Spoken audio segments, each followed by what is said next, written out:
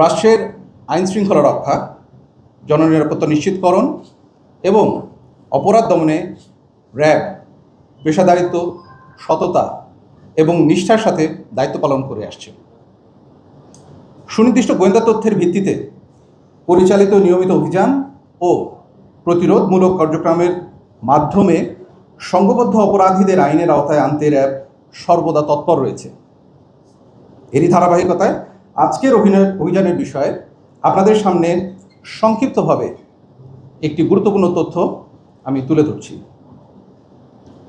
আপনারা ইতিমধ্যে অবগত আছেন যে গত বছরের শেষ ভাগ থেকে বিভিন্ন ফেসবুক আইডি, গ্রুপ, পেজ এবং টেলিগ্রাম চ্যানেল হতে বিভিন্ন অসাধু ব্যক্তি কর্তৃক উদ্দেশ্যপ্রণোদিতভাবে সরকারের গুরুত্বপূর্ণ ও উচ্চপদস্থ ব্যক্তিবর্গের বিষয়ে অশালীন, মানহানিকর ও কুরুচিপূর্ণ পোস্ট সামাজিক যোগাযোগ মাধ্যমে ছড়িয়ে পড়ে।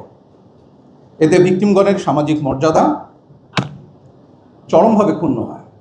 এরই প্রেক্ষিতে সংশ্লিষ্ট থানায় বিভিন্ন মামলা রুজু হয়।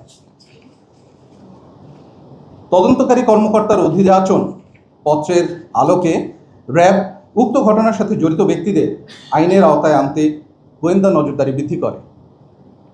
পরবর্তীতে র্যাব তথ্য প্রযুক্তি ও গোয়েন্দা তথ্যের ভিত্তিতে বিভিন্ন স্থানে অভিযান পরিচালনা করে অভিযুক্ত জয়নাল আবেদিন মানিক, রবিন তাজ, মামুন লস্কর সরকার, মোহাম্মদ হেলাল উদ্দিন, নজরুল ইসলাম এবং ইসমাইল হোসেন রুবেলকে দেশের বিভিন্ন স্থান হতে গ্রেফতার করে।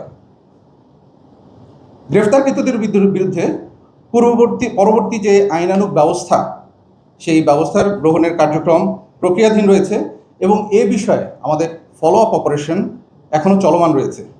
শীঘ্রই আমরা পুরো চক্রটিকে আইনের আওতায় নিয়ে আসতে সক্ষম হব ইনশাআল্লাহ।